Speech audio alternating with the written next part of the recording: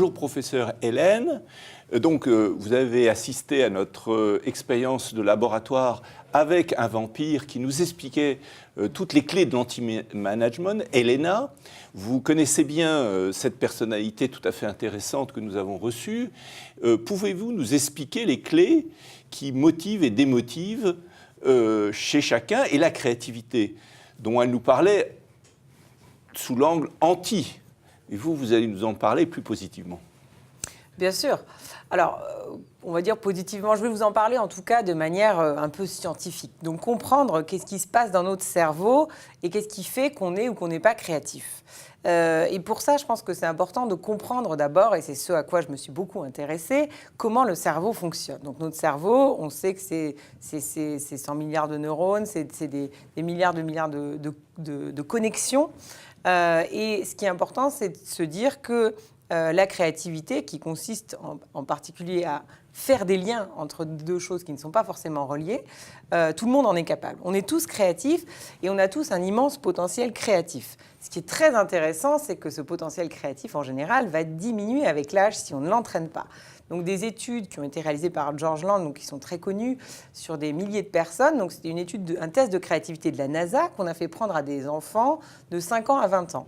Le score des enfants de 5 ans était de 98%. Lorsqu'ils arrivaient à l'âge de 20 ans, le score n'était plus que de 2%. Donc, on perd énormément de notre potentiel créatif parce qu'on ne le travaille pas assez.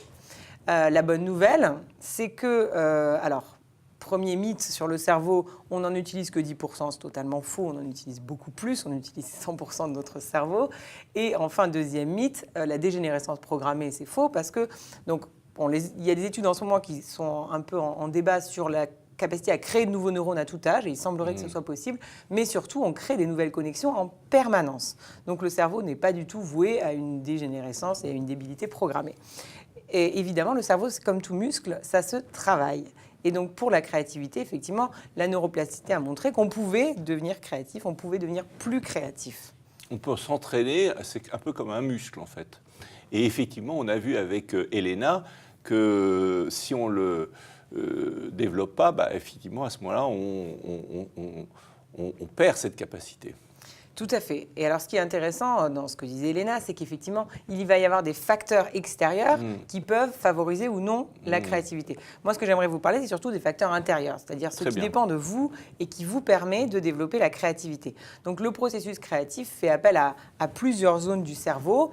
Alors, selon divers travaux, donc les travaux de l'Institut de neurocognitivisme, par exemple, de Pierre Morkens, expliquent qu'en fait, le cerveau a deux modes. Un mode qu'on appelle automatique, qui va s'attaquer donc à toute situation qui est normale, qui est classique, que l'on connaît, avec des opérations routinières, en faisant des choses qu'on a toujours faites, et un mode qu'on appelle adaptatif, qui là va permettre, dans une situation d'inconnu, donc de nouveauté, de trouver des nouvelles façons de réagir, des nouvelles idées, etc. Et ce qui est intéressant, c'est qu'on n'arrive pas toujours à se mettre en mode adaptatif au bon moment. Est-ce que vous savez, par exemple, que le stress, tout le monde sait ce que c'est que le stress, tout le monde en a peur. Mais en fait, le stress, c'est simplement un message d'erreur de notre cerveau qui nous dit « bug, la situation demande un mode adaptatif et tu es toujours en mode automatique ». Et donc, c'est ce message qu'il faut simplement recevoir et se dire « ah là, en fait, je ne suis pas dans le bon mode ». Donc, comment se mettre en mode adaptatif?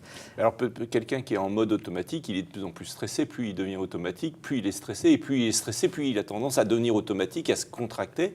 Et on voit bien ce processus dans la perte de moyens face à la complexité. Exactement, tout à fait. Et effectivement, c'est pour ça qu'il faut travailler donc déjà ses capacités cognitives de créativité en amont et également qu'il faut savoir, sur le moment, être capable d'opérer ce switch. Donc là, il y a quelques trucs, entre guillemets, qui peuvent aider. Donc, pour favoriser d'abord cette créativité, il y a des facteurs, tout simplement, qui sont des facteurs physiologiques. Donc, en particulier, le sommeil, le fait de dormir, tout simplement, pour que le cerveau, du coup, ait le temps de faire son processus de nettoyage qui lui permet, du coup, de plus facilement et mieux travailler. L'oxygénation, qui est très importante, donc le fait de bouger.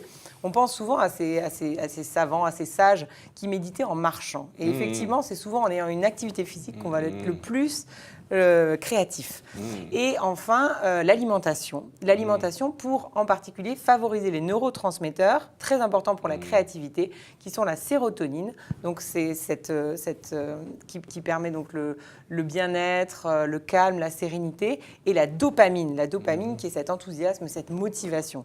Et pour cela, 3 aliments en particulier sont très importants. Ce sera les vitamines du groupe B, qui sont en particulier présentes dans tout ce qui est viande et protéines, le magnésium, qu'on peut trouver en particulier dans les amandes, d'autres fruits secs, et les oméga 3, qu'on trouve beaucoup dans les poissons gras, parce que c'est ça qui va favoriser énormément la neurotransmission et la sécrétion du coup de dopamine et de sérotonine, et donc la créativité.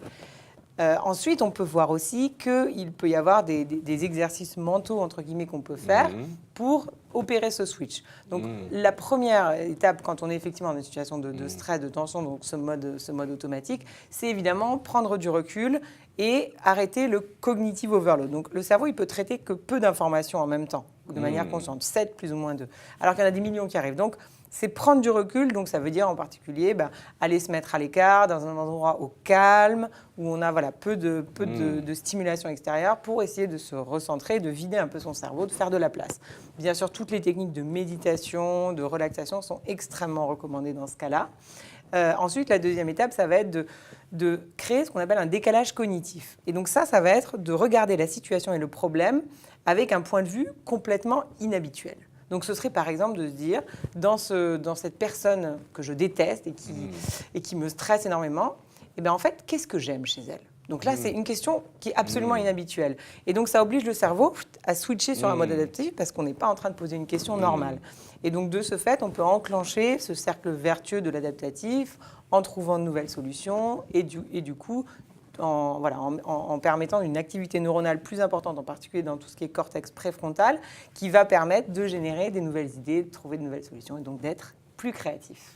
Alors dans cet esprit-là, il y a cette idée que j'avais lue dans un livre et que j'ai appliquée et qui m'a beaucoup apporté, qui est de chaque jour, par exemple, de faire une activité nouvelle, de faire un acte nouveau, sortir du quotidien, essayer chaque jour de sortir du quotidien. Et puis au bout de 365 jours, on a fait 365 nouvelles choses dans l'année et ça ouvre des horizons considérables. Et si on le fait sur des dizaines d'années, à ce moment-là, on est tout à fait un autre être que si on n'avait pas fait ça. Exactement. Donc là, d'ailleurs, dans vos travaux et tout ce que vous avez fait, vous êtes l'exemple parfait, effectivement, d'une personne très créative parce que vous avez exploré énormément de monde. Et effectivement, sortir du quotidien, de l'habituel, que ce soit par des lectures, par des rencontres, par des vidéos ou par des activités, ça permet effectivement de nourrir le cerveau d'informations nouvelles avec lesquelles il va créer du coup de nouvelles connexions neuronales.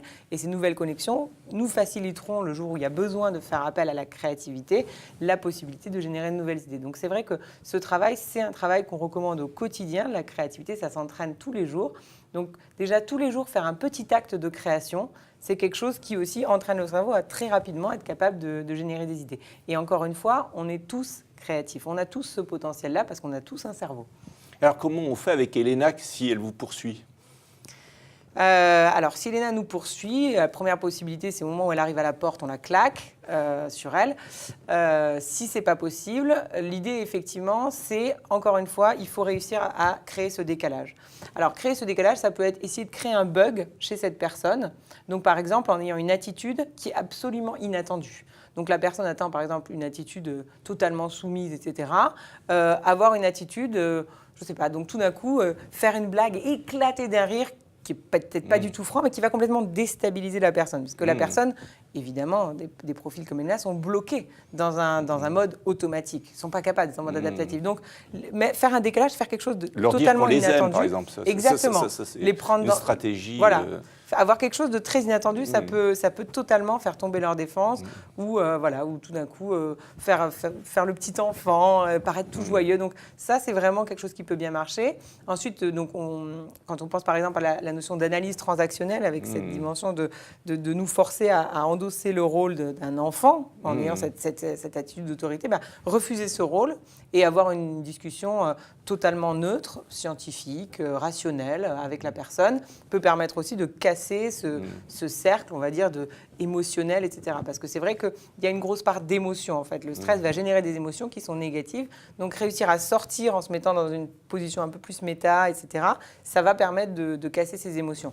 Quand on est vraiment à fond dans les émotions et que du coup, on est complètement paniqué, une technique aussi, ça va être tout simplement de focaliser l'attention du cerveau sur, par exemple, des éléments physiologiques, donc pas émotionnels. De dire, tiens, c'est intéressant, mon cœur a énormément accéléré sa cadence, mes bras sont en train de trembler. Et le simple fait, du coup, de focaliser l'attention sur autre chose que ces émotions qui vont avoir tendance à escalader, ça va permettre aussi rapidement de faire baisser ce stress et du coup de pouvoir, encore une fois, basculer sur le bon mode. Merci beaucoup, Hélène. On va creuser un peu ces sujets dans une prochaine émission avec vous où vous allez révéler votre véritable personnalité. Merci.